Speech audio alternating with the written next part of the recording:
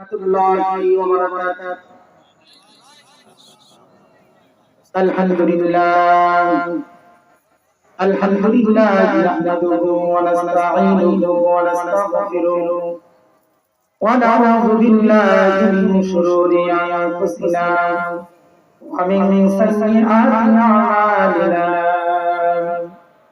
من يهده الله فلا مضل له ومن يضلل فلا هادي له ونشهد أن لا إله إلا الله وحده لا شريك له ونشهد أن سيدنا وسندنا وشفيعنا وحبيبنا وطبيبنا وطبيب قلوبنا ومولانا محمدا عبده ورسوله الذي أرسله الله تعالى بالحق بشيرا ونذيرا وداعيا إلى الله بإذنه وسراجا وقمرا منيرا أما بعد فأعوذ بالله من الشيطان الرجيم بسم الله الرحمن الرحيم إن تجتنبوا كبائر ما تنهون عنه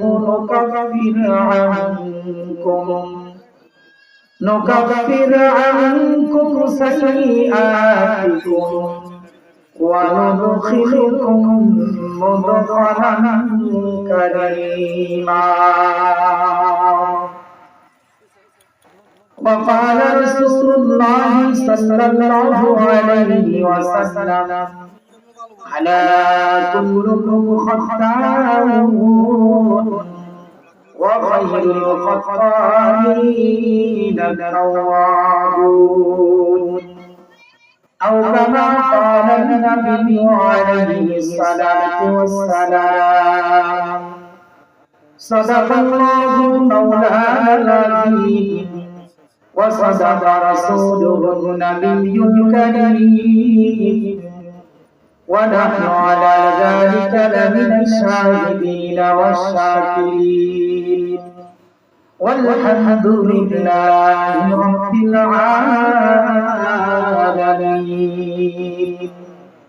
اللهم صل على سيدنا مولانا محمد وعلى آله وأصحابه وبارك وسلم يا رب صل وسلم دائما أبدا على حبيبك خير الخلق كلهم بلغ العلا بكماله كشف الدجى بجماله حسنت جميع خصاله صلوا عليه وآله شكر محبت بلغ العلا بكماله كشف الدجى بجماله حسنت جميع خصاله صلوا عليه وآله ওরে বরের পাখি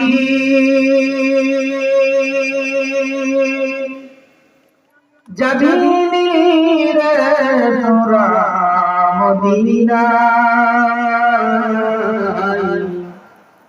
মদের সালাম পৌঁছে রে ওই নবীর পাক রওজায় বানানোলা بكماله كشف الدجى بجماله حسنت جميع خصاله সাল্লু আলাইহি ওয়া আলিহি সকলে মুহাম্মদের সঙ্গে একটু জিকির করি লা ইলাহা ইল্লাল্লাহ লা ইলাহা ইল্লাল্লাহ লা ইলাহা ইল্লাল্লাহ লা ইলাহা ইল্লাল্লাহ লা ইলাহা ইল্লাল্লাহ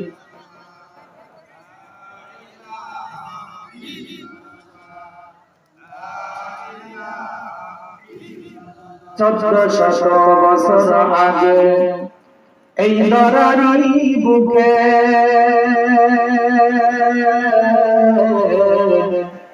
আল্লাহর নাম ছিল না কোথাও কোনো মানুষের মুখে মন্দিরেতে বাজিত ঘণ্টা ছিল না আজান ধ্বনি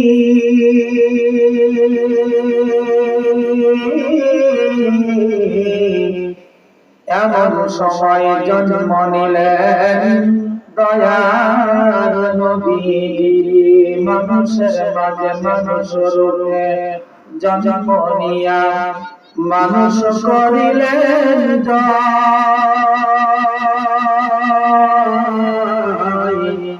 ভালোবাসা দিয়া কোরআন দিয়া হাদিস দিয়া অন্তর দিয়া মন্ত্র করিয়া শিশু রহমাতাল লিল আলামিন মসজিদে উশহাদ ইয়া জমিন বেদের পর জলবে পয়দা ও কুনাদ ইফলেরা মাহদে গুয়া কুনাদ বদ বৃক্ষে কুল সমফল কে দিল রে লতার গাছে এত বড় কদু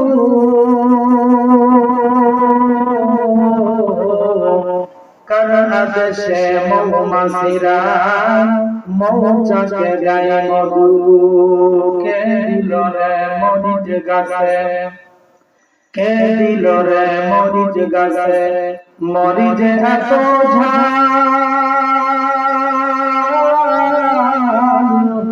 কার আদেশে ভাদ্র মাসে পাকে গাছের ঢাল কে দিল রে মাঠ গড়া হই কে দিল রে মাঠ গড়া হই সবুজ শ্যামল ধান কার আদেশে পাখিরা গায় মিষ্টি মধুর গান চিন্তা করে দেখো মানুষ এসব কিছু লা শারীকা লাহ আল্লাহ তাআলার দান কালমা লা ইলাহা ইল্লাল্লাহ জোরে লা ইলাহা ইল্লাল্লাহ লা ইলাহা ইল্লাল্লাহ জবিনে সে জন আল্লাহর পাক নাম বন্ধ হবে তার জন্য জাহান্নাম আওয়াজ দিয়ে বলে কথা ঠিক কিনা আর বলে কথা ঠিক কিনা জবিনে সে জন আল্লাহর পাক নাম বন্ধ হবে তার জন্য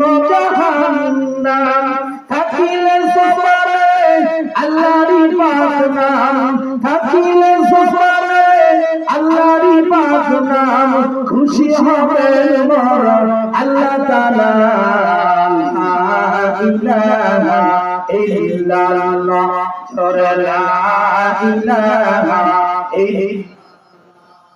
লা ইলাহা ইল্লাল্লাহ লা ইলাহা ইল্লাল্লাহ মুহাম্মাদুর রাসূলুল্লাহ সকলে বলি সাল্লাল্লাহু আলাইহি ওয়াসাল্লাম আলহামদুলিল্লাহ অধ্যকার পিয়রপাড়া বাইতুল নূর জামে মসজিদ ও সমাজের উদ্যোগে আজকের ওয়াজ দোয়া মাহফিলের সুযোগ্য সম্মানিত সভাপতি সাহেব দিগনে ওলামা ইকরাম আমার সামনে বসা ইসলাম দরদি ইসলাম প্রেমিক, কুরআন প্রেমিক আমার মুসলমান ভাইরা, পরদার অন্তরালে আমার সম্মানিত মা ও বোনেরা, আল্লাহ পাক রব্বুল আলামিনের দরবারে আলিশান শুকর যে আল্লাহ তাআলা আমাদেরকে এই ফিতনা ফাসাদের জামানায় দুনিয়ার সমস্ত গুনাহের কাছ থেকে পার করে আল্লাহ পাক রব্বুল আলামিন আমাদেরকে অত্যন্ত দয়া করে, মায়া করে, ভালোবেসে, মহব্বত করে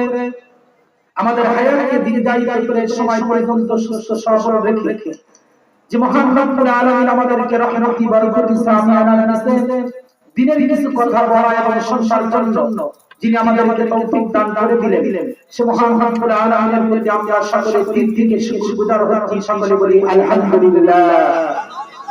শত শত দরুদ ও সালাম সেই বিশ্ব মানবতার কান্ডারি বিদু রাহমাতুল লিল আলামিন সাইয়্যিদুল কাওনাইন শাফিউল মুজনিবিন ইমামুল মুরসালিন খাতামান নাবিয়্যিন জনাবে মুহাম্মদুর রাসূলুল্লাহ, সকলে বলি সাল্লাল্লাহু আলাইহি ওয়াসাল্লাম। সম্মানিত হাজিরিন, আমি আপনাদের সামনে পবিত্র কুরআনুল কারীম থেকে একটা আয়াত কারিমা তেলাওয়াত করেছি। আল্লাহ রাসূলের অসংখ্য হাদিস থেকে একটা হাদিস আপনাদের সামনে পাঠ করেছি। আল্লাহ পাক রব্বুল আলামিন যদি তৌফিক দান করেন, তেলাওয়াতকৃত আয়াত এবং পবিত্র হাদিসকে সামনে রেখে আমি আপনাদের সামনে অল্প কিছু সময় কয়েকটি গুরুত্বপূর্ণ কথা আলোচনা করব। আমার ব্যক্তিগত কোনো কথা নয়, আমি তেমন কোনো বড় আলেম নই, বড় বড় আবেগ নই, তবে বড়দের কিছু কথা বরকতের নিয়তে আপনাদের সামনে তাকরারের উদ্দেশ্যে, মুযাকারার উদ্দেশ্যে বসেছি। আল্লাহ তাআলা যেন আমাদের সকলকে কুরআন এবং হাদিস থেকে সহিহ সহিহ কথাগুলো বলা এবং তার উপর আমল করার তৌফিক দান করেন। সকলে বলি আমিন। সম্মানিত হাজিরিন, আল্লাহ পাক রব্বুল আলামিন এই পৃথিবীতে যত মাখলুক সৃষ্টি করেছেন, সমস্ত মাখলুকাতকে এক বাক্যে হাইওয়ান বলা হয়। এই হাইওয়ানের ভিতরে মানুষও গণ্য, জিনও গণ্য। মানুষ জিন ছাড়া যত মাখলুক পৃথিবীতে আছে সব সমষ্টিকে হাইওয়ান বলা হয়। কিন্তু আল্লাহ পাক রব্বুল আলামিন সমস্ত হাইওয়ানকে দুনিয়াতে দুই ভাগে ভাগ করেছে। এক প্রকার হাইওয়ান যেটাকে আল্লাহ তাআলা ইনসান বানাইছেন, পাশাপাশি আল্লাহ পাক রব্বুল আলামিন হাইওয়ানের নাজাত বানাইছেন। অর্থাৎ মানুষকে আল্লাহ তাআলা বিবেক সম্পন্ন জাতি, সমঝদার একটা মাখলুক আল্লাহ তাআলা বানাইছেন। বলেন আলহামদুলিল্লাহ। মানুষ সারা পৃথিবীতে যত মাখলুক আছে, জিনদের কথা বাদ দিয়ে মানুষ সারা যত মাখলুক দুনিয়াতে আছে, আল্লাহ পাক রব্বুল আলামিন সমস্ত মাখলুকাতকে সমঝদার বানান নাই, বিবেক সম্পন্ন বানান নাই, তাদেরকে হাইওয়ানে গায়রে নাতিক বানাইছেন। ঠিক ওই রকম ভাবে আল্লাহ পাক রব্বুল আলামিন এই দুনিয়াতে যত মানুষ আছে, সমস্ত মানুষকে ঈমানের দিক থেকে পৃথিবীর বুকে তাকাইলে দেখা যায় মানুষ দুই প্রকার। এক প্রকার মানুষ যারা আল্লাহ তাআলার বিশ্বাসী, আর এক প্রকার মানুষ যারা আল্লাহ তাআলার অবিশ্বাসী। কথা বলেন ঠিক কি না? যারা আল্লাহ তাআলাকে বিশ্বাস করে তাদেরকে আস্তিক বলা হয়, আর যারা আল্লাহ তাআলাকে বিশ্বাস করে না তাদেরকে নাস্তিক বলা হয়। কথা বলেন ঠিক কি না? আমরা যারা আস্তিক, আল্লাহ তাআলাকে বিশ্বাস করি, আমাদের ভিতরেও যারা ঈমানদার, এদের ভিতরে নেকি আর বদিকে লক্ষ্য করলে দেখা যায় মানুষ দুই প্রকার। এক প্রকার মানুষ হলো যারা শুধুই নেকি করছেন, তাদের আমলনামায় কোনো গুনাহ নাই। আর এক প্রকার লোক আছে নেকি আমলের পাশাপাশি আবার গুনাহ করছেন, এরকম লোক আছে না নাই? জিজ্ঞাসা করতে পারেন, হুজুর এরকম লোক পৃথিবীতে কে আছে যার জীবনে কোনো গুনাহ নাই? আল্লাহ পাক রব্বুল আলামিন একটা গোত্র আল্লাহ তাআলা দুনিয়াতে যুগে যুগে পাঠাইছিলেন। হযরত আদম আলাইহিস সালাম থেকে শুরু করে আমাদের শ্রেষ্ঠ নবী জনাবে মুহাম্মদুর রাসূলুল্লাহ সাল্লাল্লাহু আলাইহি ওয়াসাল্লাম পর্যন্ত 1,34,40,000 নবী এবং রাসূল যারা দুনিয়াতে এসেছিলেন, আল্লাহ পাক রব্বুল আলামিন তাদেরকে মাসুম রাখছেন, তাদের জিন্দেগিতে কোনো গুনাহ নাই। আওয়াজ দিয়ে বলেন সুবহানাল্লাহ। নবীদের কোনো গুনাহ নাই, কিন্তু নবী রাসূল ছাড়া পৃথিবীতে যত মানুষ আছে, এখানে আমরা যারা বসে আছি, আমরা কেউ একথা বলার সাহস রাখি না যে হুজুর আমার জীবনের কোনো গুনাহ নাই। এরকম লোক এখানে আছে বাবা? এখানে তো নাই, পুরা রাজশাহী ইউনিয়নের ভিতরেও খুঁজে পাওয়া দুষ্কর। কথা বলেন ঠিক কি? এমন কি পুরা সারিয়াকান্দি থানার ভিতরেও খুঁজলে একটা লোক পাওয়া যাবে না যার আমলনামায় কোনো গুনাহ হয় নাই। শুধু সারিয়াকান্দি থানা নয়, বগুড়া জেলা নয়, রাজশাহী বিভাগ নয়, পুরা বাংলাদেশ নয়, পুরা পৃথিবীর দিকে যদি তালাশ করা হয় এমন লোক পাওয়া যাবে না যার জীবনে কোনো গুনাহ হয় নাই। আওয়াজ দিয়ে বলেন কথা ঠিক কি? সমস্ত ব্যক্তি দুনিয়াতে কম অথবা বেশি গুনাহ করছে, আমাদের আমলনামায় গুনাহ আছে। এজন্য আল্লাহ রাসূল সাল্লাল্লাহু আলাইহি ওয়াসাল্লাম হাদিস শরীফের ভিতরে বলেন, আলা কুল্লুকুম খাত্তাউন, আমার উম্মত সকলেই গুনাহগার, ওয়া খায়রুল খাত্তাইন আত-তাওয়াবুন, কিন্তু সবচেয়ে উত্তম গুনাহগার হলো ওই ব্যক্তি যে গুনাহ করার পরে আবার তওবা করে। সুবহানাল্লাহ। এই কথার মাধ্যমে আমরা বুঝতে পারলাম আমরা এখানে যারা উপস্থিত আছি আমাদের সকলেরই কম বেশি গুনাহ আছে। আওয়াজ দিয়ে বলেন ঠিক কি? গুনাহ আছে, কিন্তু এই যে গুনাহগুলো হইতেছে আমাদের, এই গুনাহগুলোর আবার কোয়ালিটি ভিন্ন আছে। আর এই গুনাহের কারণেই আল্লাহ পাক রব্বুল আলামিন দুনিয়াতে যত আযাব আর গজব দিচ্ছেন, কথা বলেন ঠিক কি না? কোন ব্যক্তি যদি ব্যক্তিগত গুনাহ করে তো আল্লাহ তাআলা তাকে ব্যক্তিগত শাস্তি দেন। কোন ব্যক্তি যদি বন্ধু দোস্তকে সাথে নিয়ে গুনাহ করে, দুইজনে একসঙ্গে, তো আল্লাহ তাআলা এমন বিপদ দেন যে বিপদের ভিতরে দুইজনই গ্রেফতার হয়। কথা বলেন ঠিক কি না? অথবা আল্লাহ পাক রব্বুল আলামিন এই পৃথিবীতে কিছু মানুষদেরকে আযাবের ভিতরে গ্রেফতার করতেছেন। যদি কোনো ব্যক্তি একটা গোত্রকে শোষে নিয়ে গুনাহ করে, তাহলে আল্লাহ পাক রব্বুল আলামিন এমন আযাব আর গজব দেন যে আযাবটা ওই গোত্রের ভিতরে চলতে থাকে। কথা বলেন ঠিক কি? গুনাহটা যদি সামাজিকভাবে হয় তো আল্লাহ তাআলা আযাবটাও সামাজিকভাবে দেন। গুনাহটা যদি আন্তর্জাতিকভাবে হয় তো আল্লাহ পাক রব্বুল আলামিন আযাবটাও আন্তর্জাতিকভাবে দেন। যেরকম ভাবে করোনা ভাইরাস একটা আন্তর্জাতিক গজব। কথা বলেন ঠিক কি না? পুরো পৃথিবীতে এই আযাবের ভিতরে মানুষ লিপ্ত। এটা হচ্ছে কেন? বিশেষ কিছু কারণে। কিছু কিছু গুনাহ আছে যে গুনাহগুলো আন্তর্জাতিকভাবে হয়, যেরকম সুদ, ঘুষ, মিথ্যা কথা, জিনা, ব্যভিচার। হয় কি হয় না বাবা? নাকি এটা শুধু আমাদের এই এলাকাতেই হয় না পৃথিবীর অন্য কোথাও হয় না? পুরো পৃথিবীতে এই গুনাহগুলো চলতেছে। এজন্য গুনাহ যখন আন্তর্জাতিকভাবে হয় আল্লাহ পাক রব্বুল আলামিন আযাব তখন আন্তর্জাতিকভাবে দেন। করোনা ভাইরাস আমাদের কাছ থেকে বিদায় হয়ে গেছে, কিন্তু নতুন আরেকটা আযাব আসছে, যেটাকে আমরা বলি বিশ্বকাপ। আপনারা বলেন বিশ্বকাপ। কাতারে যেটা চলতেছে, কথা বলেন ঠিক কিনা? ফুটবল খেলাকে কেন্দ্র করে যে বিশ্বকাপ এখন পুরো পৃথিবীতে চলতেছে, ওলামায়ে কেরাম আমরা এটাকে বলি বিশ্বকাপ। কারণ এই ফুটবলকে কেন্দ্র করে হাজার যুবক গুনাহের ভিতরে লিপ্ত। কেউ শিরক করতেছে, কেউ কুফরি করতেছে, কেউ হারাম করতেছে, কেউ কবিরা গুনাহ করতেছে। আওয়াজ দিয়ে বলেন ঠিক কিনা? এজন্য যুবক ভাইদেরকে বলতে চাই, যুবক তোমার এই যৌবনের পাওয়ার কে দিয়েছে? আল্লাহ। আল্লাহ পাক রব্বুল আলামিন যৌবনের পাওয়ার দিয়েছেন। আল্লাহ তাআলা ইচ্ছা করলে এই যৌবনের পাওয়ার আমার থেকে নিতে পারেন কি পারেন না? আল্লাহ তাআলা ইচ্ছা করলে যৌবনের পাওয়ার নিয়ে নিতে পারেন। হযরত খিজির আলাইহিস সালাম তাকে পাওয়ার জন্য এক ব্যক্তি আল্লাহর কাছে দোয়া করছিল। ডাকতে বলে, আল্লাহ তোমার কাছে আমি দোয়া করি, খিজির আলাইহিস সালামের সাথে আমার একটু সাক্ষাৎ করায়া দাও। একদিন দোয়া করছে, দুই দিন দোয়া করছে, এক সপ্তাহ দোয়া করছে, দুই সপ্তাহ দোয়া করছে, এক মাস দোয়া করছে, দুই মাস দোয়া করছে। আল্লাহ পাক রব্বুল আলামিন বান্দার দোয়াকে কবুল করে নিয়েছেন। হযরত খিজির আলাইহিস সালামের সাথে বান্দার সাক্ষাৎ হয়ে গেছে। বলেন সুবহানাল্লাহ।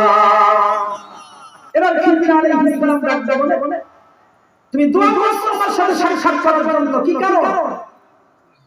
আল্লাহর বান্দা ডাকতে বলে, পয়গম্বর খিজির, আল্লাহর কাছে দোয়া করছিলাম আপনার সাথে সাক্ষাৎ করার জন্য। আল্লাহ পাক আপনার সাথে আমার সাক্ষাৎ করায় দিয়েছেন, তো আমি আপনার কাছ থেকে একটা দোয়া চাই, আপনি আমার জন্য একটা দোয়া করবেন। আল্লাহর বান্দা খিজির আলাইহিস সালাম পয়গম্বর ডাকতে বলেন তুমি দোয়া আমার কাছ থেকে চাও। লোকটা তখন ডাকতে বলে আমি আল্লাহর কাছ থেকে দোয়া চাই। এই পৃথিবীর বুকে সবচাইতে বেশি শান্তিতে যেই ব্যক্তি আছে, যার ধন সম্পদ সবচাইতে বেশি, সম্পদের কোনো অভাব নাই, শান্তির কোনো অভাব নাই, এরকম ব্যক্তির মতো আমি হতে চাই। আপনি একটু দোয়া করেন যেন পুরো পৃথিবীর শ্রেষ্ঠ ধনী আর শ্রেষ্ঠ শান্তিওয়ালা আমি হয়ে যাই। খিজির আলাইহিস সালাম ডাকতে বলেন তাহলে এই পুরো পৃথিবীতে সফর করে দেখো কে পৃথিবীর বুকে সবচাইতে শান্তিতে আছে আর কে সবচাইতে বড় ধনী। তাহলে আমি দোয়া করে দেব তুমি তার মতো হয়ে যাইবা। এবার লোকটা সফরের ভিতরে নেমে গেছেন। ঘুরতে এমন একজন ব্যক্তির সাথে দেখা, যে লোকটা স্বর্ণের দোকানের ভিতরে বসে আছে, দোকানের চতুর্পাশে স্বর্ণ, তার বিল্ডিং বাড়ির ভিতরে সুন্দর একটা গাড়ি, সংসারের কোনো অভাব নাই, গাড়ির কোনো অভাব নাই। এরকম একজন ব্যক্তিকে দেখার পর তার কাছে গিয়া বলে আমি পয়গম্বর খিজির আলাইহিস সালামের সাথে সাক্ষাৎ করেছি, তার কাছ থেকে দোয়া নিব, কিন্তু আমি তোমার মতো সুখী হতে চাই। তোমার মতো ঘর বাড়ি নারী টাকা পয়সা কোনো কিছুর অভাব নাই, আমি দেখতেছি তোমার মতো সুখী পৃথিবীর বুকে আর কেউ নাই। এবার যে ব্যক্তিটা স্বর্ণের দোকানের ভিতরে বসেছিল অতক্ষণ ডাক্তার বলে খোদা আমার মতো হতে চাই তো, আমার মতো হতে চাই তো, কারণ আমার মতো দুঃখের কপালওয়ালা পৃথিবীতে আর কেউ নেই। আল্লাহর বান্দা ডাক্তার বলে আমি দেখি আপনার স্বর্ণের দোকান, এরপর আপনার ঘর বাড়ির কোনো অভাব নাই, বাড়ির ভিতরে সুন্দর নারী, কিন্তু আপনি বলেন দুঃখে আছেন। আমি দেখতেছি আপনি সুখে আছেন, আপনি কোন কারণে দুঃখের ক্ষেত্রে আছেন একটু বলেন। আল্লাহর বান্দা ডাকতে বলে তুমি যে এই যে সুসমর্তালিকা বাড়ি দেখতেছো, আমার চতুর্পাশে স্বর্ণ আর বাহার দেখতেছো, টাকা পয়সার কোনো অভাব আমার নাই, ঘর বাড়ি আমার সুন্দর, কিন্তু আমার জীবনের একটা ঘটনা এমন আছে যেই ঘটনাটা তুমি শুনলে তুমি আমার মতো হইতে চাইবে না। এবার আল্লাহর বান্দা ডাকতে বলে তাহলে বলেন দেখি আপনি আর কেউ আমরা। আল্লাহর বান্দা ডাকতে বলেন আমি একসময় অসুস্থ হয়ে গেলাম, আর অসুস্থ অবস্থায় আমি হাসপাতালের বেডে কাতরাইতেছি, এমন সময় আমার স্ত্রী আমার পাশে বসা, আমার স্ত্রীকে আমি ডাকতে বললাম ও বিবি হয়তো আর বেশি দিন দুনিয়াতে বাঁচবো না, হয়তো আর বেশি দিন দুনিয়াতে বাঁচবো না। অথবা ঘটনাটা এরকম স্ত্রী অসুস্থ, স্ত্রীর পাশে স্বামী বসে আছে, স্ত্রী দুনিয়া থেকে বিদায় হবে অবস্থা, এমন সময় স্ত্রী তার স্বামীকে ডাকতে বলে গো স্বামী আপনি আমাকে কেমন মহব্বত করেন, কেমন ভালোবাসেন। স্বামী ডাকতে বলে এই পৃথিবীর বুকে যা কিছু আছে সবচাইতে আমি তোমাকে বেশি ভালোবাসি। একজন স্বামী তার স্ত্রীর প্রতি মহব্বত আর ভালোবাসা প্রকাশ করে দিয়েছে। স্ত্রী ডাকতে বলে স্বামী আপনার এই কথার কতটুকু দাম এটা আমি কাদের মাধ্যমে প্রমাণ করতে চাই।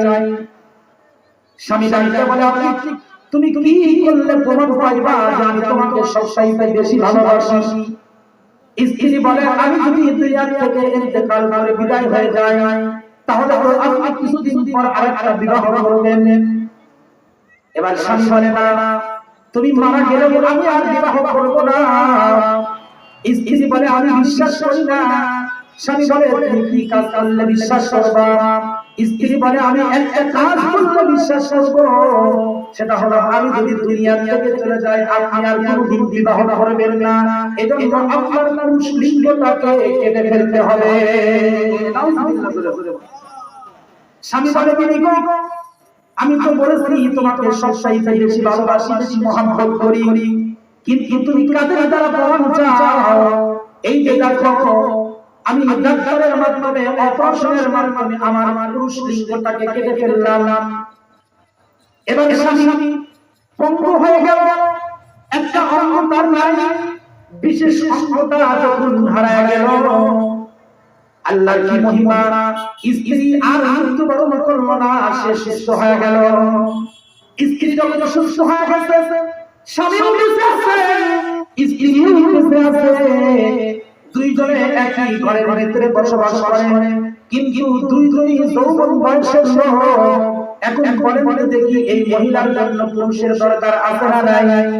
কিন্তু কিছুদিন যাওয়ার পর আমার স্ত্রীটা, আমি তো পঙ্গু হয়ে গেছি, আমার বিশেষ অঙ্গকে হারায় ফেলছি স্ত্রীর মহব্বতে, কিন্তু আমার স্ত্রী আমার এই মহব্বতকে ত্যাগ করে আমাকে বাদ দিয়ে এখন আমার ঘরের ভিতরে পর পুরুষের সাথে মেলামেশা করে।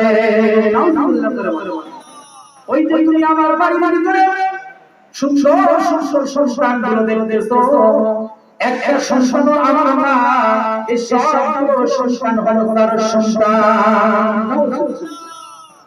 এখন বলেন তো দেখি, এই লোকটা কি সুখী আছে না দুঃখী আছে? সম্মানিত হাফেজ, আমরা কিছুদিন আগে চিল্লাতে গেছিলাম টাঙ্গাইল, ওখান থেকে আসার পরে বগুড়া মার্কাজ মসজিদে হেদায়েতের বয়ান চলতেছিল। এমন সময় আমাদের মুফতি মাসুদুর রহমান তিনি বলেন যে কিছুদিন আগে একটা লোক বগুড়া শহরের 5 তলা বিল্ডিং এর মালিক, টাকা পয়সার কোনো অভাব নাই, সরকারি চাকরি করে 1,20,000 টাকা মাসে বেতন পায়। এই লোকটা এসে আমার কাছে হাউ করে কান্না শুরু করে দিল। জিজ্ঞেস করলাম কি হয়েছে? বলে হুজুর, বড় দুঃখের কথা, আমার স্ত্রী আমাকে রেখে অন্য একটা পুরুষের সাথে পরকীয়া করে। নাউজুবিল্লাহ। এখন যদি স্ত্রীর উপর চাপ সৃষ্টি করি তাহলে আমার বিরুদ্ধে কেস দিবে, নারী নির্যাতনের কেস দিবে, আমার চাকরিটা হারায় যাবে, আমাকে পথে বসতে হবে। এজন্য স্ত্রীকে কিছু বলতেও পারি না, আবার শাসনও করতে পারি না। আবার আমি যে আরেকটা মেয়ের সাথে অপকর্ম করব এটাও যদি জানে তাহলে ও আবার কেস দিবে, আমার চাকরিটা চলে যাবে। হুজুর, বড় দুঃখের ভিতরে আছে। আসলে বলেন তো দেখি, দুনিয়াতে যাদের টাকা পয়সা বেশি এরা কি সুখী আছে না কষ্টে আছে? বাবা, সত্য কথা বলবেন। আল্লাহ বান্দা তখন বান্দা বলে, আমার মতো দুঃখের এই পৃথিবীতে কেউ নাই। যদিও দেখতেছো আমার মতো পাশে সম্মান, যদিও দেখতেছো আমার বান্দা বড় উন্নত, যদিও দেখতেছো আমার স্ত্রীটা বড় সুন্দরী, কিন্তু আমার মতো দুঃখে এই পৃথিবীতে কেউ নাই। খবরদার খবরদার, তুমি আমার মতো হইতে চাইও না। আল্লাহ তাআলা খিদর আলাইহিস সালামের কাছে গেছেন। এবার খিদর আলাইহিস সালাম ডাকতে বলে, কি ব্যাপার, কার মতো তুমি ধনী হতে চাও? আমাকে দোয়া করে দেন। এবার আল্লাহর বান্দা ডাকতে বলে, না না, আমি পৃথিবীর কোনো ব্যক্তির মতো সুখী হতে চাই না, আমি আল্লাহর কাছে দোয়া চাই, আল্লাহ পাক রব্বুল আলামিন যেন আমাকে জান্নাতের সুসংবাদ করে দেন। সুবহানাল্লাহ। এটা মেরে মুহতারাম, দুনিয়ার কোন সুখ এটা সুখই নয়, দুনিয়ার কোন দুঃখ এটা দুঃখই নাই। কথা বলেন ঠিক? মুসলমান ভাইরা আমার কথাগুলো খুব ভালো ভালো বুঝবেন। এই জন্য দুনিয়ার ভিতরে আমরা যত গুনাহ করতেছি, এই গুনাহের কারণে আল্লাহ পাক রব্বুল আলামিন আমাদেরকে আযাব আর গজব দিচ্ছেন। কথা বলেন ঠিক কিনা? তোমাদের জন্য ওয়াকিয়া বললাম, এই যৌবনের পাওয়ার আল্লাহ পাক রব্বুল আলামিন আপনাকে আমাকে দিয়েছেন। আর আল্লাহর পয়গম্বর বলেন, কিয়ামতের ময়দানে 5টা প্রশ্ন করা হবে, তার ভিতরে একটা প্রশ্ন থাকবে, তোমার যৌবনকালের সময়টা কোন কাজে ব্যয় করেছো? আওয়াজ দিয়ে বলেন কিনা? যৌবনকালের হিসাব আল্লাহর কাছে দিতে হবে বাবা। এই জন্য যৌবনকালের সময়টা ওই রমজান মাসে তারাবির নামাজ পড়তে গিয়া তোমার পাওয়া ব্যবহার যায়, আচ্ছা তারাবির নামাজ পড়ে পিছন থেকে দৌড় মারো, তোমার চোখের ভিতরে ঘুম চলে আসে, আর বিশ্ব কাপের খেলা চলতেছে, রাত্রি 12টা 1টার সময় আর্জেন্টিনার আর ব্রাজিলের খেলা হয়। এই খেলা দেখার জন্য রাত্রি 1টা 2টা পর্যন্ত রাস্তায় দাঁড়ায় থাকো, তোমার পায়ের ব্যথা হয় না। খবরদার, এই সময়ের হিসাব আর এই ধোঁকাবাজির হিসাব আল্লাহর কাছে হবে। বলেন ঠিক কিনা? আল্লাহর কাছে হিসাব দিতে হবে। এই যৌবনের পাওয়ার তুমি কোন কাজে ব্যয় করো, আল্লাহর কাছে হিসাব দিতে হবে। তো বলতেছিলাম, দুনিয়াতে আমরা যত পাপ করি, এই পাপের কারণে আল্লাহর পক্ষ থেকে আযাব আর গজব আসে। কথা বলেন ঠিক কিনা? আল্লাহ পাক রব্বুল আলামিন কোরআনের ভিতরে বলে ওয়া আফওয়ান কাসীর, দুনিয়ার ভিতরে যে পাপের ভিতরে লিপ্ত হয় ওই পাপের কারণে আল্লাহ পাক দুনিয়াতে তার কিছু না কিছু পরীক্ষা করেন, আযাব দেন। এখন বলতে পারে হুজুর তাহলে এই আযাব আর গজব থেকে আমাদের বাঁচার কি উপায়? এর জন্য আমাদের কোনো মেডিসিন আছে কিনা, আল্লাহর পক্ষ থেকে আমাদের কোনো ব্যবস্থা আছে কিনা যার মাধ্যমে আমরা আল্লাহ পাক রব্বুল আলামিনের গজব থেকে বাঁচতে পারবো? এই সম্পর্কে আমি আপনাদেরকে একটা ওয়াকিয়া শোনাই। হযরত পয়গম্বর মুসা আলাইহিস সালামের যুগে আল্লাহর পয়গম্বর মুসা আলাইহিস সালাম অনেক বড় জ্ঞানী ছিলেন, আর আল্লাহ তাআলা নবীদেরকে দুনিয়াতে জ্ঞানী বানায়া দেন। কথা বলেন ঠিক কিনা? পয়গম্বর মুসা আলাইহিস সালাম বহুত বড় জ্ঞানী, কিন্তু ওই যুগে আরেকটা বেঈমান ছিল যার নাম হলো আরাসতাতানিস। আরাসতাতানিসের মাথার চেহারাগুলো খুব সুন্দর ছিল, সেও অনেক কিছু বুঝতো, কিন্তু কিছু কিছু লোক ওই যুগে ছিল যেই লোকগুলো পয়গম্বর মুসা আলাইহিস সালামের দরবারে বসতো, আবার ওই লোকগুলো আরাসতাতানিসের দরবারে বসতো, তার মানে মুনাফিক। কথা বলেন ঠিক কিনা? দুনিয়াতে কিছু মানুষ আছে দেখবেন সমাজের ভিতরে এক পক্ষের কাছে এক কথা বলে, আবার ওই পক্ষের কথা নিয়ে আরেক পক্ষের কাছে বলে, তার মানে দুই দলের ভিতরে দ্বন্দ্ব লাগায়া দিয়া ভাব থেকে তামাশা দেখে। কথা বলেন ঠিক কিনা? এরকম কিছু লোক পয়গম্বর মুসা আলাইহিস সালামের যুগে ছিল। বাবা পয়গম্বর মুসা আলাইহিস সালামের দরবার থেকে আরাসতাতানিসের দরবারে গিয়ে বলেন, ও আরাসতাতানিস আপনি কি জানেন এই যুগের ভিতরে একজন ব্যক্তি আছে এমন যে স্কুল ইউনিভার্সিটি কলেজের ভিতরে লেখাপড়া করে নাই, কিন্তু তার মাথার বুদ্ধি এত সুন্দর যে কোনো মুহূর্তে যে কোনো সওয়াল করলে সে সওয়ালের জবাব দিয়ে দেয়। আরাসতাতানিস বলে, তাই নাকি? এত বড় সাংঘাতিক কথা, তাহলে আমি তাকে পরীক্ষা করতে চাই। এবার আরাসতাতানিস নিজের ঘরের ভিতরে বসে বসে বিভিন্ন রকমের প্রশ্ন তৈরি করেন, আবার এই প্রশ্নের উত্তরগুলো নিজেই ঘরের ভিতরে তৈরি করেন। এরকম করতে করতে হঠাৎ করে একদিন আশ্চর্য ধরনের একটা প্রশ্ন সে তৈরি করেছে, আর এই প্রশ্নটা মাথার ভিতরে নিয়ে রাস্তা দিয়ে পয়গম্বর মুসা আলাইহিস সালামকে তালাশ করে। একদিন হঠাৎ করে পয়গম্বর মুসা আলাইহিস সালামের সাথে দেখা। পয়গম্বর মুসা আলাইহিস সালামকে দাঁড়িয়ে বলে, আনতা মুসা, আপনি কি মুসা? আল্লাহর পয়গম্বর মুসা আলাইহিস সালাম দাঁড়িয়ে বলেন, হ্যাঁ আমি তো মুসা, তো আপনি কি বলতে চান?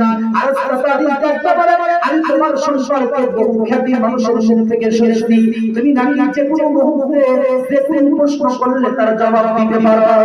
সুবহানাল্লাহ। পয়গম্বর মুসা আলাইহিস সালাম বলেন, না আপনি ভুল শুনেছেন, আমি যে কোনো প্রশ্নের জবাব দিতে পারি না, তবে আল্লাহ পাক রব্বুল আলামিন যদি তৌফিক দেন তাহলে দিতে পারি। আওয়াজ দিয়ে বলেন কথা ঠিক কিনা? এই যে মাহফিলের প্যান্ডেলের ভিতরে আমি বসতে পারছি, এখানে দিনের কথা শোনার জন্য আসছি, আমাদের চাইতে হাজার গুণে অনেক মানুষ মাহফিলের প্যান্ডেলের ভিতরে না বসে তারা বাইরে গুনাহের কাজের ভিতরে লিপ্ত অথবা দুনিয়ার গল্প গুজবে লিপ্ত আছে না, কিন্তু মাহফিলের ভিতরে বসতে পারতেছে না কেন? কারণ হলো কবি বলেন, ইসাআদত বাজুরে বাজুনিস তানা বখশাশ খোদায়ে বখশিন্দা। কোন ব্যক্তি নিজের শক্তির বলে নিজের পাপনে ধর্মের বিরুদ্ধে কাজ করতে পারে না, তবে আল্লাহ পাক রব্বুল আলামিন তাকে তৌফিক দান করে সেই ধর্মের কাজ করতে পারে। সুবহানাল্লাহ। আমি আপনি এখানে করছি, এটা আমি আর আপনি আসি নাই বলে আল্লাহ তাআলা পছন্দ করছেন, ভালোবাসেন, মহব্বত করছেন বিদায় আল্লাহ তাআলা রহমতি বরকতি প্যান্ডেলের ভিতরে বসার তৌফিক দিয়েছেন। আওয়াজ দিয়ে বলেন কথা ঠিক কিনা? পয়গম্বর মুসা আলাইহিস সালাম বলেন, আমি কোনো প্রশ্নের জবাব দিতে পারি না, তবে আল্লাহ পাক রব্বুল আলামিন যদি তৌফিক দেন তাহলে দিতে পারি। এবার আরাসতাতানিস বলে, ঠিক আছে আমি তোমাকে একটা প্রশ্ন করতে চাই। বলে, কি প্রশ্ন বলেন?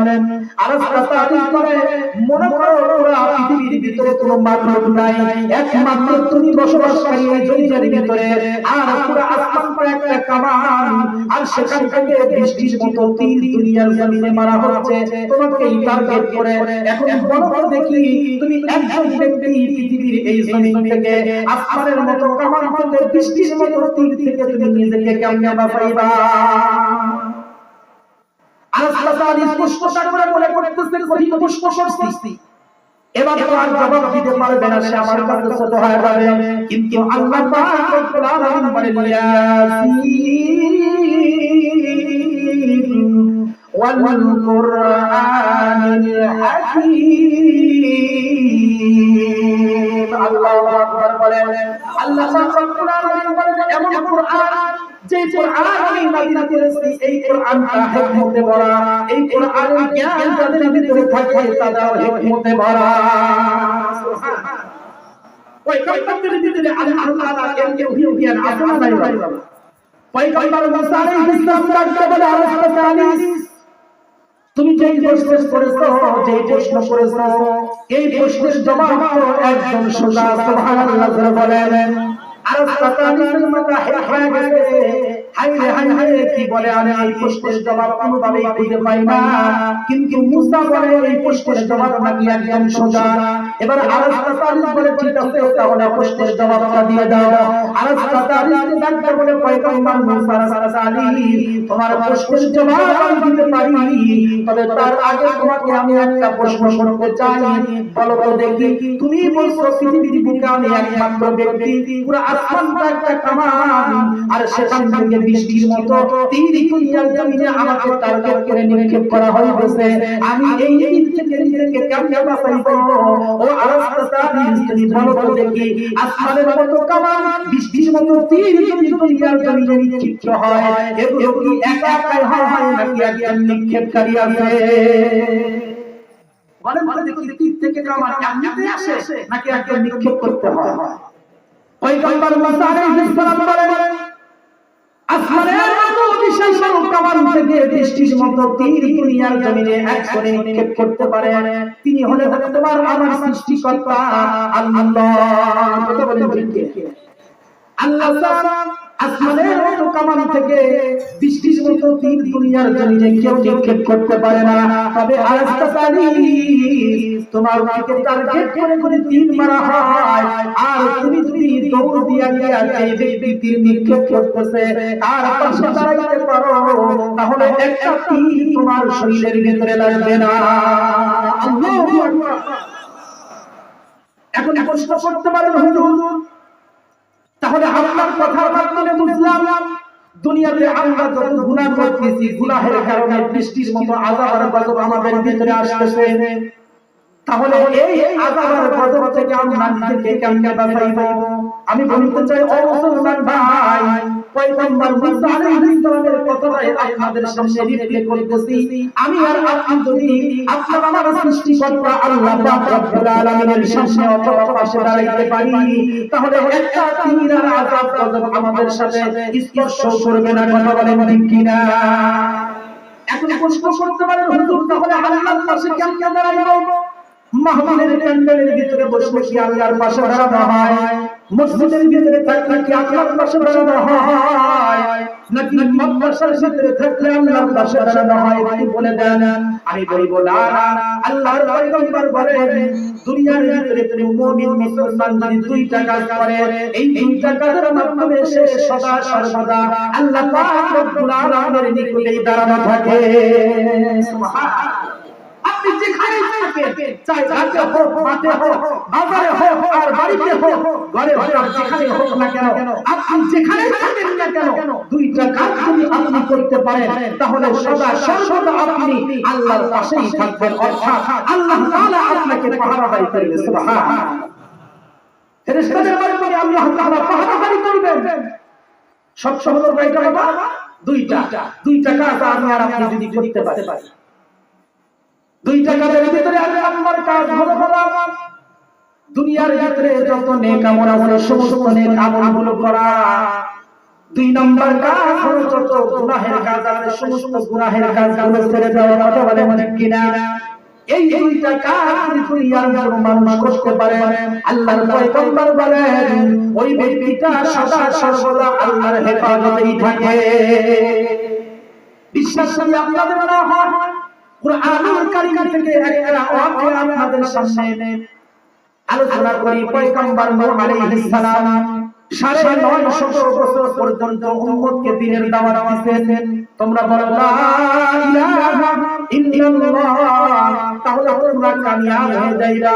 আল্লাহ পাক রব্বুল আলামিন তোমাদের দুনিয়ার ভিতরে সুখ আর শান্তি দিয়ে দিবে, মৃত্যুর পরেও আল্লাহ পাক রব্বুল আলামিন তোমাদেরকে জান্নাতের মালিক বানায় দিবে। সুবহানাল্লাহ বলেন। পয়গম্বর নূহ আলাইহিস সালাম 950 বছর পর্যন্ত দ্বীনের দাওয়াতের কাজ করছেন, কিন্তু 950 বছরের ভিতরে পয়গম্বর নূহ আলাইহিস সালামের উম্মত হইছে মাত্র 40 জন। কয়জন হইছে বাবা? 40 জন। পয়গম্বর নূহ আলাইহিস সালাম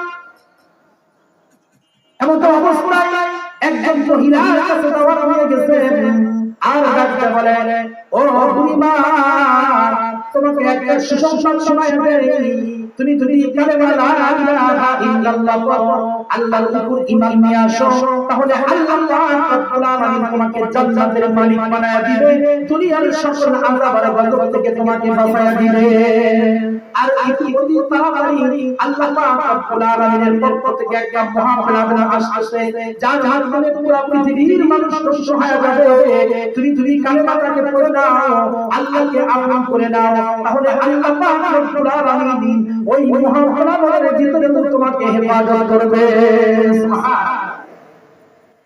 বুড়িমা যখন পয়গম্বর নূহ আলাইহিস সালামের কথা শুনে মুসলমান হয়ে গেলেন, এবার মহাপ্লাবন যখন শুরু হয়ে গেল, আসমান থেকে বৃষ্টি পড়তেছে, জমিন থেকে পানি দিকে উঠলাইতেছে, আস্তে আস্তে করে পুরো পৃথিবীর পাহাড় গাছপালা সব কিছু চলে গেল, সমস্ত কাফেররা যখন মারা গেল, পয়গম্বর নূহ আলাইহিস সালাম তার উম্মতদেরকে নিয়ে একটা কিস্তির উপরে পানির বাসা ছিলেন।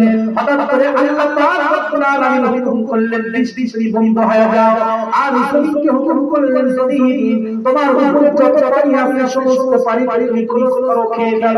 আস্তে আস্তে পানি কমা শুরু করে দিল। পয়গম্বর নূহ আলাইহিস সালামের কিস্তি একটা পাহাড়ের নিকটে গিয়া থামল। পয়গম্বর আলাইহিস সালামের কিস্তিটা কোরআন শরীফের ভিতরে আছে, ওয়াসবাত আলা জুদি পাহাড়ের নিকটে থেমে গেল।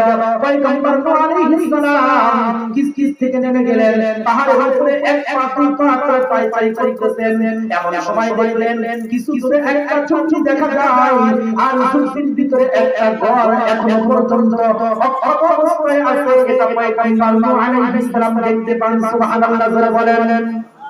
পয়গম্বর নূহ আলাইহিস সালাম আস্তে আস্তে করে ওই চুক্তির নিকটে আগায় গেলেন, গিয়া দেখলেন চুক্তির ভিতরে একটা বৃদ্ধা মহিলা।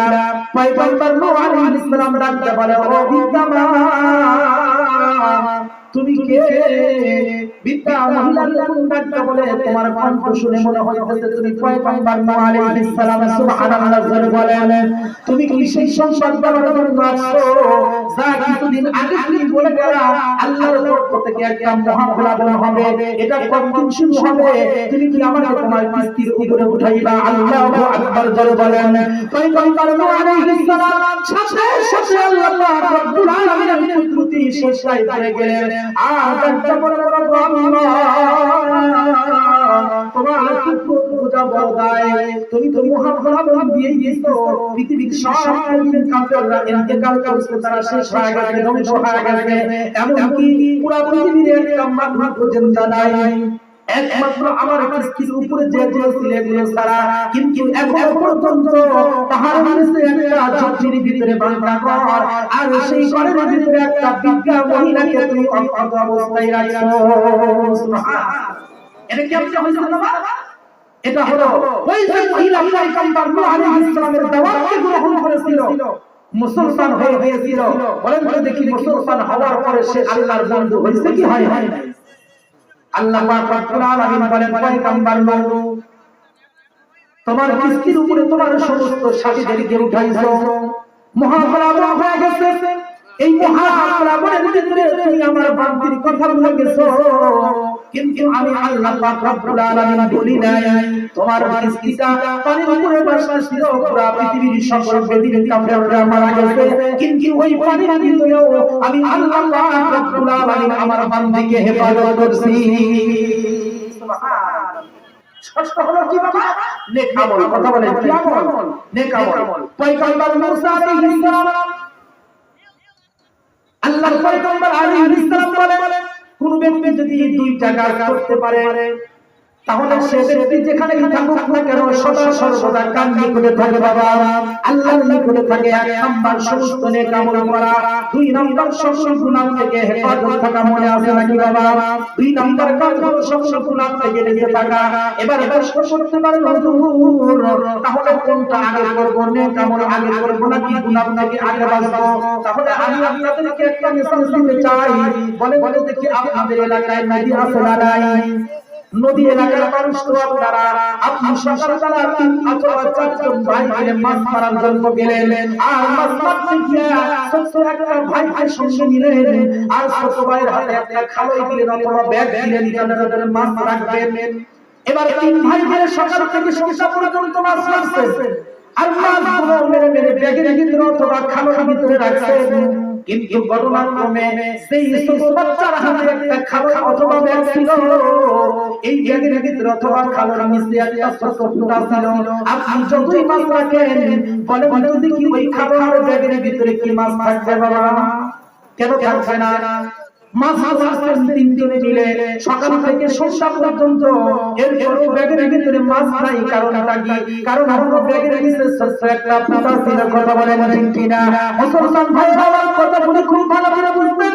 আপনি যদি নেক আমল করেন, নেক আমল ওয়ালা হয়ে যান, আর এটা যদি আল্লাহ রাব্বুল আলামিনের দরবার পর্যন্ত পৌঁছাইতে চান, তাহলে আপনাকে আমাকে সর্বপ্রথম যেটা করতে হবে সেটা হলো সকল গুনাহের ফুটা বন্ধ করতে হবে। আওয়াজ বলেন কথা ঠিক কিনা? আমার কথা কি বুঝতেছেন না বাবা? নেক আমল যদি আল্লাহর কাছ পর্যন্ত পৌঁছাইতে চান, তাহলে কি করতে হবে? গুনাহের কাজকে আগে আগে করতে হবে। এখন প্রশ্ন করতে পারেন হুজুর, তাহলে গুনার কাজ বন্ধ করব, কোন গুনার কাজ আগে বন্ধ করব? আল্লাহ পাক রব্বুল আলামিন এই বিষয়ে সূরা কালামুল্লাহ শরীফের ভিতরে বলেন, ইন তাজদানিবু কাবাইরা মা তুনহাউনা আনহু নুকাফির আনকুম সাইয়্যাতিকুম ওয়া নুদখিলুকুম মুদখালান কারীমা। আল্লাহু আকবার বলেন। আল্লাহ রাব্বুল আলামিন বলেন, ও আমার দুনিয়ার বান্দারা, তোমরা যদি একটা গুনাহ থেকে বেঁচে থাকো, এই একটা গুনাহ থেকে বাঁচার কারণে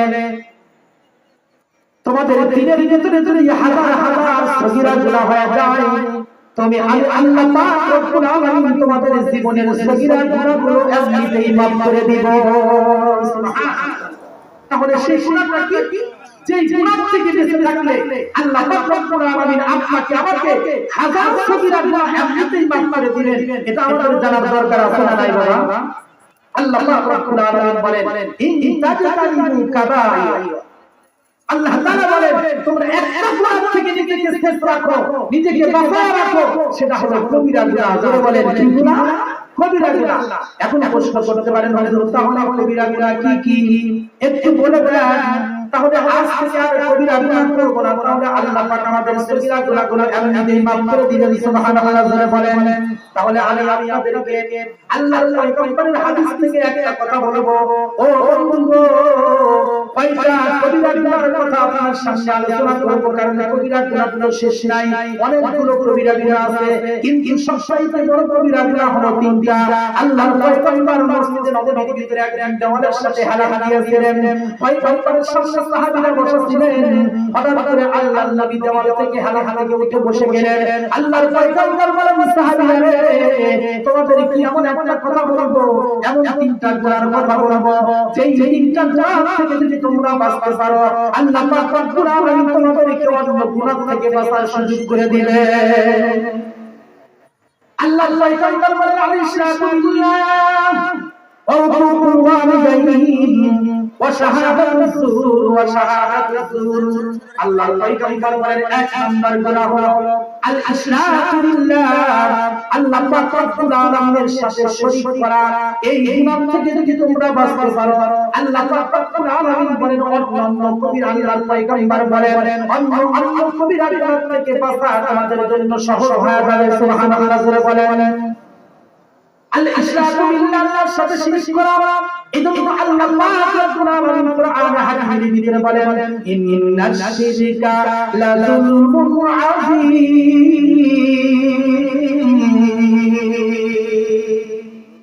আল্লাহ পাক রব্বুল আলামিন বলেন দুনিয়ার ভিতরে যত গুনাহ আছে তার ভিতরে শিরক গুনাহ, আমি আল্লাহ পাক রব্বুল আলামিনের সাথে কাউকে শরীক করা, এটা আমার কাছে সবচেয়ে বড় জুলুম, এটা আমার কাছে সহ্য হয় না। এই জন্য যারা দুনিয়ার ভিতরে শিরক করে আল্লাহ পাক রব্বুল আলামিন তাদের কঠিন আযাবের ভিতরে গ্রেফতার করেন। কথা বলেন ঠিক কিনা? আল্লাহর পয়গম্বর বলেন আল ইশরাকু বিল্লাহ, তোমরা শিরক গুনাহ থেকে বেঁচে থাকো, আল্লাহর সাথে কাউকে শরীক করিও না। কিন্তু ও মুসলমান, খুব ভালো করে বুঝবেন, আমরা কিন্তু আল্লাহ পাক রব্বুল আলামিনের সাথে মাখলুককে শরীক করে ফেলি। কথা বলেন ঠিক কিনা?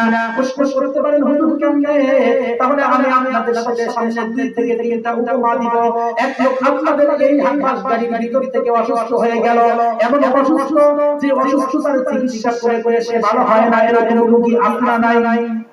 অনেক চিকিৎসা করতে ডাক্তার, কবিরাজ, তরকা, দুর্গা সব চিকিৎসা করেছে কিন্তু ভালো হয় না। হঠাৎ করে একজন বুদ্ধি দিল, আরে বুদ্ধা পপুলার আছে না, ওখানে একটু পরীক্ষা করে চিকিৎসা করো। তো পপুলারে গেছে, ওখানে কোনো ডাক্তারকে দেখাইছে, এবার পরীক্ষা নিরীক্ষা করে সে মেডিসিন দিছে, দেওয়ার পরে ওষুধটা কিছুদিন খাওয়ার পরে লোকটা সুস্থ হয়ে গেছে। সুস্থ হওয়ার পরে এবার লোকটা বলে কি জানে, আহা যদি বগুড়া শহরে এত ডাক্তার না থাকতো তাহলে মনে হয় বাঁচতাম। এই ডাক্তারটাই আমাকে বাঁচাইলো। নাউজুবিল্লাহ জোরে বলেন। আসলে বাঁচাইছেন কে বাবা? আরো জোরে বলেন, কে বাঁচাইছে? আপনার আমার মালিক কে? একটু জোরে বলেন কে? আল্লাহ। আল্লাহ পাক রব্বুল আলামিন লোকটাকে সুস্থ করতে কিন্তু বলে ফেললো কি, এই ডাক্তার যদি না থাকতো তাহলে আমার মৃত্যু হতো, এই ডাক্তারই আমাকে মৃত্যুর থেকে বাঁচাইয়া দিল। নাউজুবিল্লাহ জোরে বলেন। এখন বলে দেখি মৃত্যুর থেকে বাঁচানোর মালিক কে? মৃত্যু দেওয়ার মালিক কে? হায়াতের মালিক কে? আল্লাহ। সেই আল্লাহ মৃত্যুর থেকে বাঁচাইয়া দিল। চিকিৎসাটা হলো ওসিলা। কথা বলেন ঠিক? চিকিৎসা হলো ওসিলা, ডাক্তার হলো ওসিলা, কিন্তু ডাক্তারকে রব বানায়া ফেললো, ডাক্তারকে মালিক বানায়া ফেললো, বললো ডাক্তারই আমাকে বাঁচাইলো। এটাই হলো শিরক, এটাই হলো কুফরি। কথা বলেন ঠিক? কোথায় কোথায় আমরা শিরক করি? এক লোক গাড়িতে যাচ্ছে বগুড়া শহর থেকে ঢাকা যাইতে, হঠাৎ করে রাস্তার ভিতরে অ্যাক্সিডেন্টের অবস্থা। এবার ড্রাইভারটা হঠাৎ করে সচেতন হওয়ার কারণে একটু বাম দিকে সাইড করে অথবা ডান দিকে সাইড করে অ্যাক্সিডেন্ট থেকে বেঁচে গেল। এবারে গাড়ির প্যাসেঞ্জার কি বলে, হায় হায় ড্রাইভারটা এত পাকা, যদি পারদর্শী ড্রাইভার না হতো তাহলে আজকে নির্ঘাত মৃত্যু হইতো। বলে কি বলে না? আচ্ছা, এই যে অ্যাক্সিডেন্ট থেকে বাঁচাইয়া দিল কে বাবা? আল্লাহ। আল্লাহ পাক রব্বুল আলামিন আপনাকে মৃত্যুর থেকে বাঁচাইয়া দিল, বড় বিপদ থেকে আপনাকে বাঁচাইয়া দিল। কিন্তু আমি আর আপনি আল্লাহর শুকর আদায় না করে ড্রাইভারকে আল্লাহর সমতুল্য মনে করলাম। কথা বলেন ঠিক? মুসলমান ভাইরা আমার কথাগুলো খুব ভালো করে বুঝবেন। আপনার এলাকার ভিতরে একজন ব্যক্তি বগুড়া শহরের ভিতরে 5 তলা বিল্ডিং এর মালিক। এবার বাংলাদেশের ভিতরে বিশাল বড় একটা ভূমিকম্প শুরু হয়ে গেল। না ভূমিকম্প হয় না, ভূমিকম্প শুরু হয়ে গেল। ভূমিকম্পের কারণে আশেপাশের সব বিল্ডিং গুলো ধসে পড়ল, কিন্তু তার বিল্ডিংটা অবস্থায় দাঁড়ায় রইল। এবার লোকটা যদি বলে হায় হায় আমার বিল্ডিং এর প্ল্যানটা ইঞ্জিনিয়ার করছিল, ও কত বড় কষ্ট, ওই ইঞ্জিনিয়ারের কাছ থেকে যদি প্ল্যানটা না নিতাম আর মিস্ত্রিরা যদি পাকা না হতো আমার বিল্ডিংটাও ভূমিকম্পে ধসে পড়তো। এরকম কথা যদি বলে তো বলেন তো দেখি শিরক করলো কি করলো না? আসলে ভূমিকম্প থেকে বিল্ডিং কে বাঁচায়া দিল কে বাবা? আল্লাহ। কিন্তু রাজমিস্ত্রিকে ইঞ্জিনিয়ারকে আল্লাহর সমতুল্য মনে করলো। কথা বলেন ঠিক কিনা? এটাকে বলা হয় শিরক। এজন্য মুসলমান আমরা কথায় কথায় আল্লাহ তাআলাকে মাখলুকের সাথে তুলনা করতেছি, মাখলুককে আল্লাহ তাআলার সমতুল্য মনে করতেছি। আর এই কথাগুলোর মাধ্যমে আপনার আমার ঈমান সাইল হয়ে যাচ্ছে। কথা বলেন ঠিক? আল্লাহ আমাদেরকে এই কঠিন গুনাহ শিরক গুনাহ থেকে হেফাজত থাকার তৌফিক দান করুন। সকলে বলেন আমিন। আল্লাহর পয়গম্বর আলাইহিস সালাম বলেন, কোন আল্লাহর বান্দা যদি সামান্য পরিমাণ শিরক গুনাহ নিয়ে দুনিয়া থেকে ইন্তেকাল করে, আল্লাহ পাক রব্বুল আলামিন তাকে জান্নাত দান করবেন না, তাকে জাহান্নামের আগুনে পুড়তে হবে। নাউজুবিল্লাহ। আল্লাহর পয়গম্বর সাহাবীদেরকে ডাকতে বলেন, সাহাবীরা এমন একটা যুগে একটা বাদশা ছিল, যে বাদশার নিয়ম ছিল রাস্তার তিন মাথার উপরে একটা মূর্তি দাঁড় করায় রাখছে। এই মূর্তির সামনে দিয়ে যে যাবে সে এই মূর্তির নামে কিছু মান্যত করে যাবে, কিছু দান করে যাবে। এরকম একটা নিয়ম ওই যুগের জালেম বাদশার ছিল। হঠাৎ করে ওই রাস্তা দিয়ে একজন কালেমাওয়ালার আগমন, যার মাথার ভিতরে টুপি আর পাগড়ি, গায়ের ভিতরে রাসূলের সুন্নাত জামা, এরকম একজন ব্যক্তি হাতের ভিতরে তাসবিহ জিকির করতে করতে করতে করতে রাস্তা অতিক্রম করতেছে। হঠাৎ করে যখন এই মূর্তির সামনে আসলো, এবার মূর্তির দুই পাশে সেটা জল্লাদ দাঁড়ানো আছে। এবার জল্লাদ ডাকতে পারে, ও কালেমাওয়ালা, তুমি যদি এই রাস্তা দিয়ে নিরাপদে যেতে চাও তাহলে এই মূর্তির নামে কিছু দান করে যাও, মূর্তির নামে কিছু দান করে দাও। অনেক সময় দেখবেন আমাদের দেশের মুসলমান মাজারে গিয়ে দান করে, আছে না নাই? একটু আওয়াজ দিয়ে বলেন, আছে না নাই? আচ্ছা বলেন তো দেখি, মাজারে দান করা, মাজারে সেজদা করা, এটা কি ইবাদত না শিরক? ইবাদত না শিরক? তবে এই কোয়ালিটির লোক আপনাদের মহল্লায় হয়তো একটু বেশি পাওয়া যায়, কথা বলেন ঠিক কিনা? যারা মাজার পূজারি, বাবা পূজারি, বাবা ছাড়া কিচ্ছু বোঝে না, মাজার ছাড়া কিছুই বোঝে না, কথা বলেন ঠিক কিনা? স্পষ্ট ভাষায় শুনে রাখেন, এটা আমার কথা নয়, কোরআন এবং হাদিসের কথা। পৃথিবীর সমস্ত উলামায়ে কেরামের একটাই ফতোয়া, সেটা হলো আল্লাহ তাআলা মাজারে দান করাকে, কবরে সিজদা দেওয়াকে আর পীর বাবার পায়ে সিজদা দেওয়াকে, এটাকে আল্লাহ তাআলা হারাম করেছেন। এটা শিরক, এটা কুফরি, কথা বলেন ঠিক কিনা? কিন্তু আমরা কি করি? পীর বাবার পায়ে সিজদা করি, নিজের বাবাকে কখনো সিজদা করি না, নিজের মায়ের খেদমত করতে পারি না। আর পীর বাবা যদি বাড়িতে আসে তো কোন টাকা থেকে কোন টাকায় বসে বসে কি ছেলে কি খাইতে দেব, হুঁশ থাকে না, কথা বলেন ঠিক কিনা? কিন্তু ওই ব্যক্তি গিয়া দেখেন নিজের মাকে ভাত দেয় না, নিজের বাবার খবর নেয় না, নিজের পাশের ঘরের ভিতরে মা অসুস্থ অবস্থায় কাঁদতেছে, বাজার থেকে এক টাকা এনে দিতে পারে না, অথচ ওই লোকটাই মাথার গান পায়ে ফেলে যে টাকা অর্জিত করছিল, সেই টাকা দিয়ে হাজার হাজার টাকা পীর বাবার নামে খরচ করে। আওয়াজ দিয়ে বলেন, কথা ঠিক কিনা? কথাগুলি খুব ভালো করে বুঝবেন মুসলমান। আল্লাহর পয়গম্বর বলেন, দুনিয়ার ভিতরে কিছু ইবাদত আছে যে ইবাদতগুলো হলো শিরক।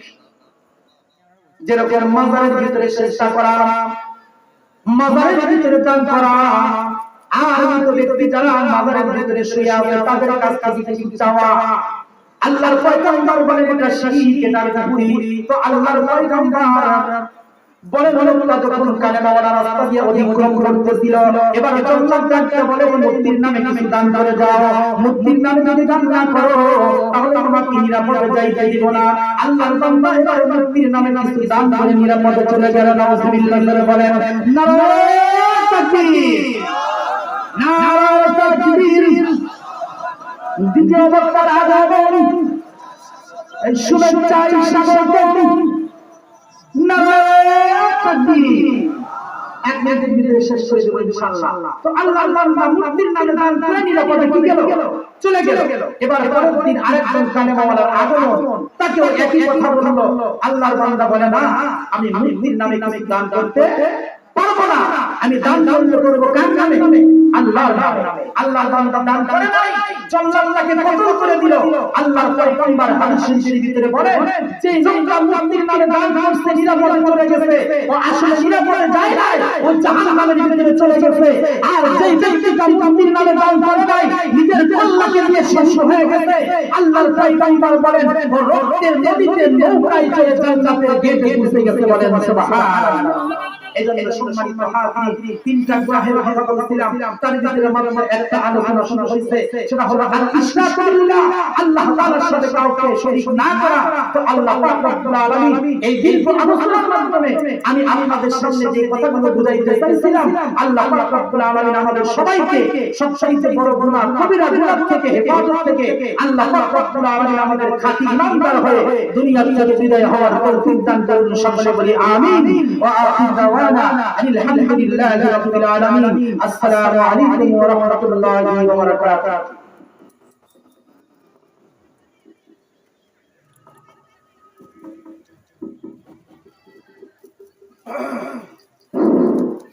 আলহামদুলিল্লাহ।